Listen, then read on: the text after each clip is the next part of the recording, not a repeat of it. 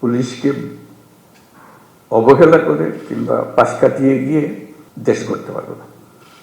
তারাই সম্মুখ সারির মানুষ। তারা ক্ষেত্র প্রস্তুত করলে তখন বাকি জিনিসগুলো হয়।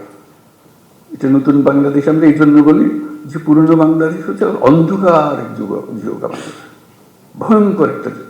সেই ভয়ঙ্কর দিন থেকে আমরা সুন্দর ঝলমলে একটা দিনে আসতে চাই, সেটা হলো নতুন বাংলাদেশ। পুলিশ বাহিনীরও মুশকিল হলো ওই অন্ধকার যুগের তারা অ্যাক্টিভ পার্টিসিপেন্ট ছিল, নিজের ইচ্ছায় না। সরকারি কাজ করতে হয়, কাজে কাজ করেছে, আমরা কাজ করছি, আমাদের হুকুম পেয়েছে, করেছে, করতে করতে আমরা ওরকম চিন্তাতে পড়ে গেছি। কাজে নতুন বাংলাদেশ সৃষ্টি করার জন্য তোমাদেরকে ওই চিন্তার থেকে বেরিয়ে আসতে হবে যে না, আমরা নতুন বাংলাদেশ সৃষ্টি করব। এবং যদি অতীতের কোনো কাজে তোমার কাছে অনুশোচনা এসে থাকে, দুঃখ এসে থাকে, এই হলো সুযোগ।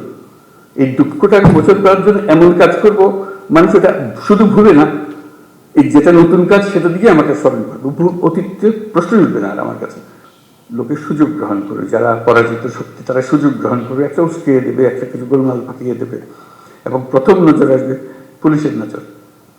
তার দৃষ্টিতেই তো সাংঘাতিক, তো আমাদের বিরাট শৃঙ্খলা ভঙ্গের কাজ করবে, আমাদের শান্তি নষ্ট করবে, আমাদের গোলযোগ পাকিয়ে বলবে। তার চেষ্টা হলো একটু গোলযোগ পাকিয়ে দেওয়া।